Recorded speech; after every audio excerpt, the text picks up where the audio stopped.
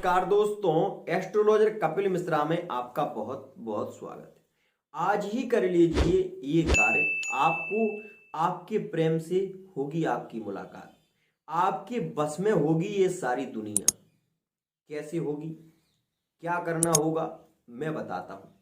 मित्रों, ये तो आप जानते ही होंगे कि हमारे हाथ में 5 उंगलियां होती हैं। पांचों उंगलियों का एक हिसाब होता है। ये पांचों उंगलियां हिसाब से अलग अलग स्थिति में है। कोई भी उंगली बराबर स्थिति में नहीं है। हमारे मन के भाव भी कुछ ऐसे ही हैं। हमारे मन में न जाने क्या क्या भाव आते रहते हैं और हम उन भावों को सोचते रहते हैं, समझते रहते हैं। लेकिन जब भी हम किसी से प्रेम करते हैं, किसी से प्यार करते हैं, तो उसको पाने के लिए हम तत्पर रहते हैं। साथ ही एक बात और भी ध्यान रखिए कि जब आप किसी से प्रेम करते हैं तो आपको उसको पाने के लिए क्या करना चाहिए, क्या करें जिससे कि वो आपसे प्रेम करने लगे, वो आपको चाहने लगे, वो आपको जानने लगे। जानना तीन स्थितियों में होता है। या तो आप उनसे झगड़ा कर लें तो वो आपको कभी नहीं भूल पाएंगे, या आप उनके नाम को ले लेके बदनाम हो जाएं, तब आपको वो जानने लगेंगे। दूसरी बात, या आप उनके बार बार सामने आने की कोशिश करें, बार बार सामने आने की कोशिश करें, तो वो आपको मानने लग जाएंगे। क्योंकि ये स्थितियां मैंने बताई हैं, इनमें 2 स्थितियां तो इतनी हैं, खराब है, इतनी जटिल है कि जिसको जानने के बाद आदमी बर्बाद हो जाता है। तो हमें बर्बाद नहीं होना है, हमें आबाद होना है। हम जिससे प्रेम करते हैं उस व्यक्ति को अगर जानकारी ना हो तो एक तरफा प्रेम करने से क्या फायदा। प्रेम हमेशा पुष्ट होना चाहिए। दूसरी बात, मैं आपको बता दूं, एक टिप्स आपको दे रहा हूं, उसे भी आप समझ लीजिए। कोई जिस लड़की से आप प्रेम करते हैं या जिस लड़के से आप प्रेम करते हैं, तो उसके बारे में यह सोच लीजिए कि वो क्या करता है। क्या वो आपसे ज्यादा कमाता है? क्या वो आपसे अच्छी उसकी एजुकेशन है? क्या उसका परिवार आपसे बहुत अच्छा स्थिति में है? तो आपको ये बातों को भी ध्यान में रखना चाहिए। दूसरी बात, आप यदि किसी बहुत बहुत बड़े व्यक्ति से विवाह करना चाहते हैं, बहुत बड़े व्यक्ति से प्रेम कर रहे हैं और उसको उस बारे में पता ही नहीं है, तो आपका प्रेम करना बिल्कुल व्यर्थ है, बिल्कुल बेकार है, बिल्कुल बकवास है। क्योंकि जब उसको ये पता ही नहीं है कि आप उससे प्रेम करते हैं, तो वो आपके बारे में क्यों सोचेगा?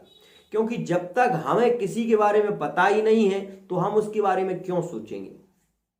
कैसे भी करके उस व्यक्ति को ये जताने की तो कोशिश करिए कि आप उससे प्यार करते हैं। उसको लगना तो चाहिए कि कोई व्यक्ति हमें बार बार देख रहा है, कोई व्यक्ति हमें बार बार क्यों देख रहा है। जब आप उसको बार बार देखेंगे तो उसके बारे में भी, उनके मन में भी एक विचार आएगा कि ये व्यक्ति हमें क्यों बार बार देख रहा है।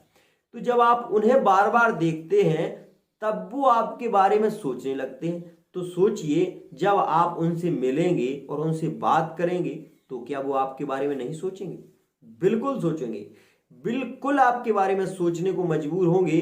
लेकिन उसके लिए आपको एक कार्य भी करना होगा। ये तो कार्य आपको करना ही है, लेकिन एक मंत्र से आप यह भी कार्य कर सकते हैं। क्योंकि जब भी हम किसी से प्रेम करते हैं तो उसकी अच्छी बुरी स्थितियों को भी हमें जानने की आवश्यकता होती है। उसके बारे में हमें जानना चाहिए कि वो क्या करता है, उसका स्वभाव कैसा है, वो उसके माता पिता कैसे हैं, उसका परिवार कैसा है। इन सारी स्थितियों को हमें जानने की आवश्यकता रहती है। क्योंकि जब भी आप किसी से प्रेम करते हैं तो जिससे आप प्रेम करते हैं वो व्यक्ति कितना पानी में है, ये देखने की आवश्यकता बहुत जरूरी है। कुछ लोग होते हैं वो चैलेंज कर देते हैं कि हम इसको 10 दिन में या 15 दिन में इससे प्रेम कर लेंगे। क्यों? क्योंकि उसके पास टैलेंट है। टैलेंट के बल पर वो कह देते हैं कि ये व्यक्ति हमें जानने लग जाएगा, कुछ भी ना हो परंतु जानने लग जाएगा। क्यों? क्योंकि उनके पास वो टैलेंट रहता है, वो उनके पास हिम्मत रहती है, वो उनका शुक्र बलवान रहता है, उनका वीर्य मंगल बलवान रहता है, जिसके चलते वो उनके सामने भी चले जाते हैं। आप भी बलवान बनने की कोशिश करिए।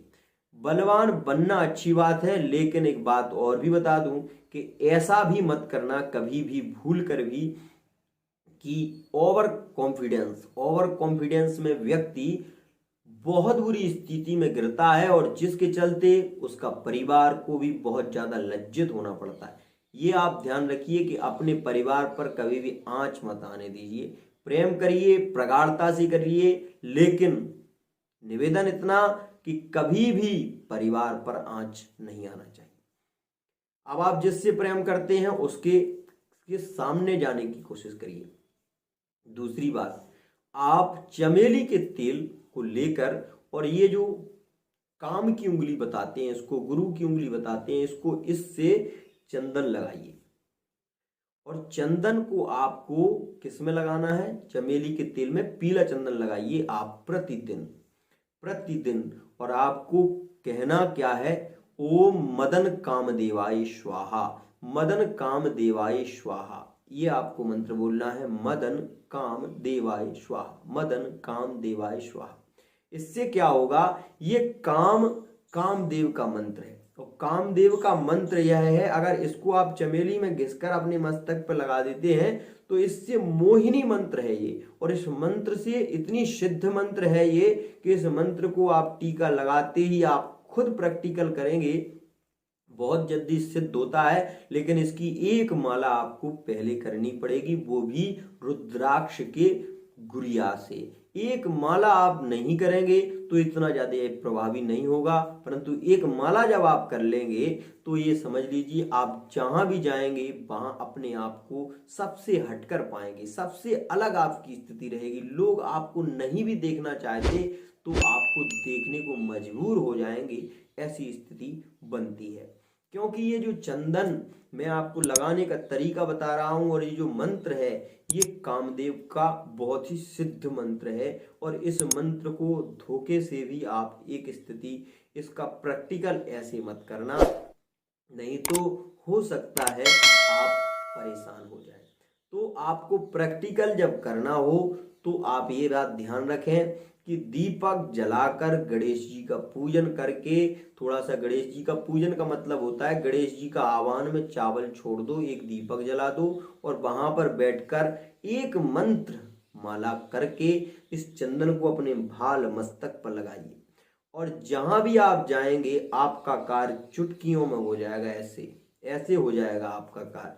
आप किसी से बात करेंगे वो बात आपकी मानने को मजबूर हो जाएगा, क्योंकि यह मंत्र बहुत प्रभावी है। बहुत छोटा मंत्र है भाई और बहुत प्रभावी। इसके प्रैक्टिकल हमने भी देखे हैं, हमारे दोस्त मित्रों जो भी हैं वह भी कभी कभी इस मंत्र का उपयोग जब करते हैं जब उनका कोई कार्य नहीं बनता है, तब इस मंत्र का उपयोग करते हैं। यदि कोई व्यक्ति आपसे रूठ गया, उसे मनाना चाहते हैं तो इस मंत्र का आप प्रयोग अवश्य ही करें। मनाने के लिए आपको कुछ नहीं करना है, इस मंत्र को जैसे मैंने बताया लगा के आप उसके सामने एक बार चले जाना। एक बार अगर उसने दृष्टि दे दी, दोबारा आपको जाने की कोशिश नहीं है, आपको फोन उनकी तरफ से आएगा। आज के लिए इतना ही। इसी के साथ वाणी को विराम। जय जय।